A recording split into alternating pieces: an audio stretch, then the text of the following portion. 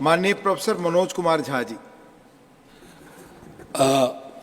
माननीय उपसभापति जी, आपका बहुत बहुत धन्यवाद।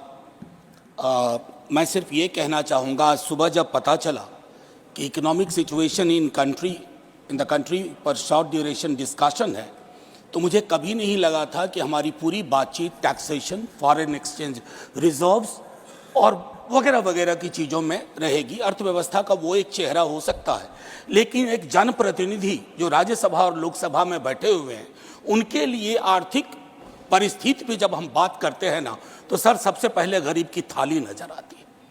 गरीब की, आप फॉरेन एक्सचेंज रिजर्व कुछ भी रख लो, लेकिन अगर गरीब की थाली में ऊपर परिलक्षित नहीं हो रहा है तो फाइल भी किताबी है और गांव भी किताबी। मैं सिर्फ, और हाँ, बहुत बढ़िया कहा जावड़ेकर साहब ने कहा 80 करोड़ लोगों को, हालांकि मैं उस शब्द का इस्तेमाल नहीं करूंगा कि मुफ्त कुछ नहीं होता सर। मैं कई बार सदन में बोल चुका हूं, अगर 80 करोड़ लोगों को आपको अनाज देना पड़ रहा है तो मुझको अर्थव्यवस्था पर कोई टिप्पणी नहीं करनी है कि आर्थिक परिस्थिति क्या है, कितनी समावेशी है, वगैरह वगैरह। सर, माननीय उपसभापति जी, सुधांशु जी जब बोल रहे थे, तालियां बज रही थी सत्ता पक्ष से, बजती भी हैं। अब विजय साई रेड्डी जी को कष्ट हुआ तो उन्होंने कह भी दिया कि ताली क्यों नहीं बजा रहे हो। तो जब सुधांशु जी ताली बजा रहे के वक्तव्य पे ताली बज रही थी, तो मुझे लगा कि गांव शहरों के बेरोजगार पर यह ताली कितनी भारी पड़ रही होगी। प्रधानमंत्री जी 14 में जब पहली बार चुने गए तो वो मंदिर मस्जिद की साइज के लिए नहीं चुने गए थे। 2 करोड़ प्रतिवर्ष नौकरियां उनका वादा था। 2 दाएं 20 करोड़। एक श्वेत पत्र तो बनता है कि हम कहां हैं। सर, माननीय उपसभापति महोदय, मैं कुछ चीजें आपके मध्य, क्या ऐसा तो नहीं है कि हम मानव विहीन और मानवीयता विहीन ग्रोथ स्टोरी के पक्ष में भजन गा रहे हैं, करतल ध्वनि कर रहे हैं? सर, कोई भी वैसा ग्रोथ जो फेसलेस हो, जॉबलेस हो, उस ग्रोथ से देश की हकीकत नहीं बदलती है। सर, बड़ी बड़ी बात लोग कर रहे थे। अभी पिछले महीने ये खूबसूरत किताब आई है, वेल रिसर्च्ड। आधी किताब में सर रेफरेंस है, ये है अनइक्वल। सर, हम किन देशों से पीछे हो गए हैं पता है? छोड़िए अमेरिका यूरोप की बात, बांग्लादेश और नेपाल इनकम इनइक्वालिटी को एड्रेस करते हुए मानवीय सूचकांक में हमको पीछे छोड़ चुका है। ये है सर दस्तावेज, ये अनइक्वल स्वाति नारायण की। बीते दिनों बिहार में एक जातिगत सर्वेक्षण हुआ। मैं चाहूंगा तमाम हमारे भाजपा के मित्र, उनको ना उससे मतलब ना हो, उसके प्रति विरोध हो, लेकिन एक बार उस दस्तावेज को पढ़िए, क्योंकि उन आंकड़ों में नंबर के बाद आर्थिक सामाजिक परिवेश भी जाहिर हुआ है। और तब प्रधानमंत्री जी, पुनः ले जाऊंगा 14 में बिहार गए थे, बिहार को स्पेशल स्टेटस की बात वो करके आए थे, हाजीपुर, दरभंगा, पटना। सर, बिहार को आपकी जरूरत है माननीय सत्ता पक्ष। बिहार के पास रेवेन्यू के साधन कमतर हैं।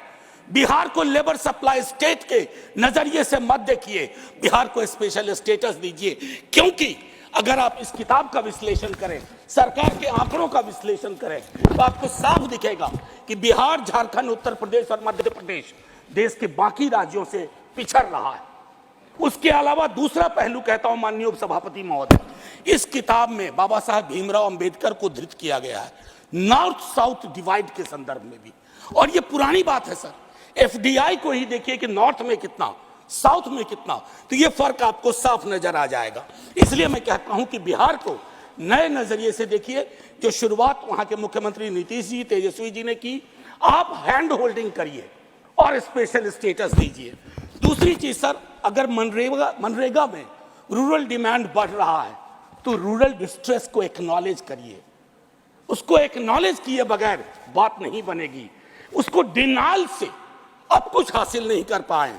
पॉवर्टी इंडेक्स पर आपने कई वर्षों से काम नहीं किया। आप आंकड़ों के बारे में तो सरकार का दृष्टिकोण है कि विश्व के टिम्बकटू में अगर एक आंकड़ा पक्ष का कोई बोल दो तो उसको प्रदर्शनी लगा देंगे।